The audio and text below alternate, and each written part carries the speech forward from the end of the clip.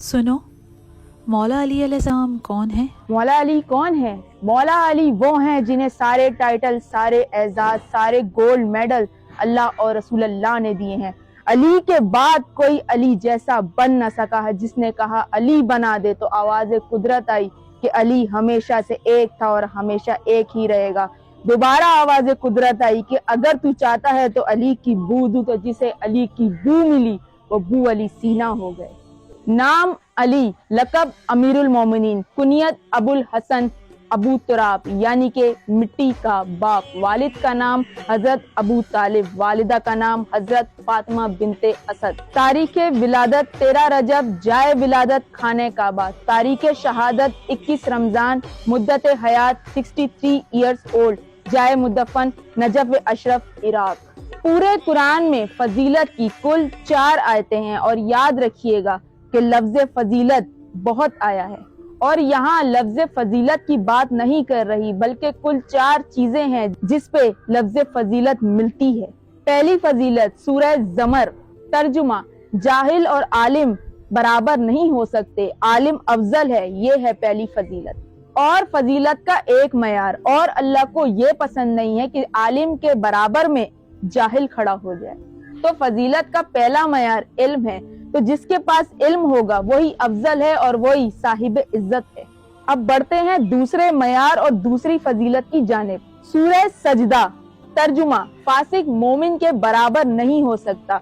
2 मयार मिल गए, पहला इल्म, दूसरा ईमान। आगे बढ़ते हैं। सूरह हुजरात, अब आ गया तीसरे मयार का तर्जुमा कि गैर मुत्तकी पर मुत्तकी को फजीलत होगी।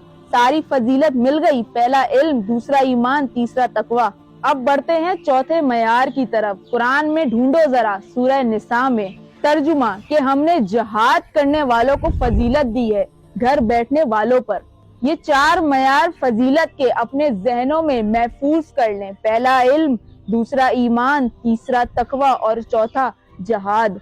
इन चारों फजीलतों में एक फजीलत भी किसी में पाई जाए तो वो अफजल है, लेकिन अगर ये 4 फजीलतें किसी एक में हो तो।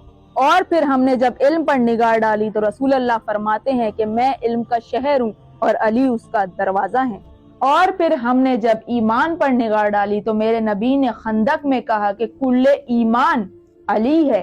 और फिर हमने जब तकवे पर निगाह डाली तो मेरे नबी ने अली के कांधे पे हाथ रख कर कहा कि अली इमामुल मुत्तकीन है। और फिर हमने आखिरी फजीलत जिहाद पे निगाह डाली तो मेरे नबी ने कहा कि कल उसको अलम दूंगा जो फरार नहीं करेगा, रुक जाएगा मैदान में। तो फिर रसूल अल्लाह ने फरमाया ये चारों फजीलतें अली और मुर्तजा यानी शेर खुदा में मौजूद। और फिर एक और फजीलत की तरफ इशारा करती चलूंगी, काबे में अली का आना जीती जागती फजीलत है। और फिर अली की मिसाल काबे की मिसाल है। काबा अपना हज करवाने लोगों के पास नहीं जाता, लोग काबे के पास आते हैं। और कायनात में हर साल बाप बेटे के 2 मोजज़ात रुखनुमा होते हैं, एक करबला में और एक काबे में। कि करबला में इमाम हुसैन का सर जिस पत्थर पे रखा गया उस पत्थर से खून का निकलना और गवाही देना कि देखो ए नाना की उम्मत, मुझे बेखता शहीद किया गया। और एक काबे की दीवार में शक हो जाना ताकि लोगों तक ये पैगाम पहुंच सके कि काबे ने खुद अली को बुलाया। और अली की आमद पर खुदा ने अपने घर में खुद दर बनाया ताकि लोगों में कोई शक न रहे। तो यहाँ खुदा बता रहा है कि काबे के आगे सर झुकाओ और अली के आगे दिल झुकाओ, उसका हक उसको देने जाओ, वो मांगने नहीं आता। यानी काबा किसी के पास अपना हक मांगने नहीं आता, अली आप भी अपना हक किसी के पास मांगने नहीं जाएंगे। ये अल्लाह ने फरमाया कि अली तेरी मिसाल काबे की मिसाल है। तो काबे की तरफ निगाह करना इबादत है, कुरान पर निगाह करना इबादत है, आलिम के चेहरे पर निगाह करना इबादत है, और इसी तरह बाप के चेहरे पर निगाह करना इबादत है। और जो काबे को देख रहा हो कुरान को ना देख रहा हो, फिर कुरान को देख रहा हो काबे को ना देख रहा हो, तो क्यों ना फिर ऐसा ढूंढो जो बाप भी हो, कुरान भी हो, काबा भी हो और आलिम भी हो, ताकि सारी इबादत एक साथ बजा लाएं।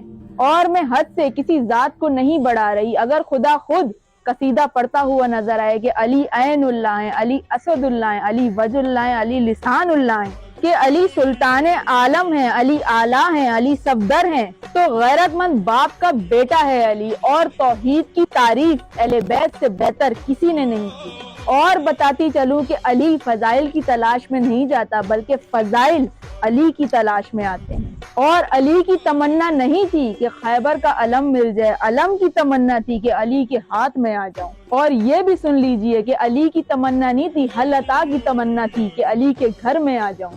علی کی تمنا نہیں تھی، انگوٹھی کی تمنا تھی کہ علی کے ہاتھ میں سج جاؤں۔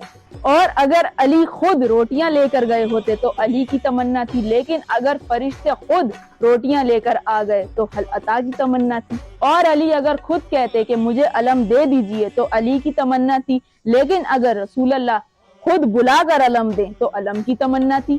اور اگر بنت اسد خود دروازہ کھول کے کعبے میں جاتی تو علی کی تمنا تھی، لیکن اگر کعبے میں خود در بن جائے تو اللہ اور کعبے کی تمنا تھی کہ علی کعبے میں آ جائیں۔ تو غیرت مند باپ کا غیرت مند بیٹا ہے علی، جو کبھی خود فضائل کی تلاش میں نہیں گیا۔ اب جملہ محفوظ رکھنا کہ پورے قرآن میں کل ایک آیت ہے جس پر علی کو ناز ہے۔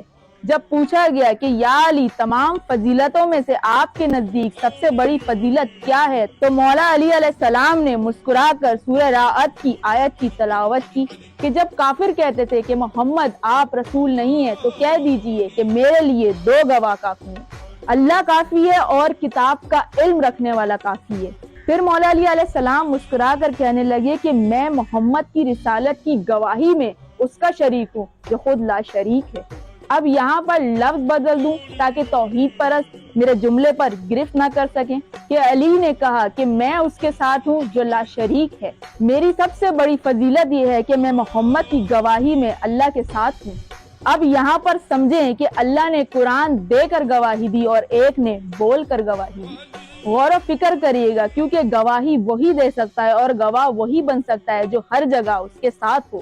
اب ذرا ذہن کے گھوڑے دوڑاؤ اور غور و فکر کرو کہ جب خدا نے کائنات بنائی تو پنجتن کے نور کو خلق کیا تو وہاں کون کون ساتھ تھا؟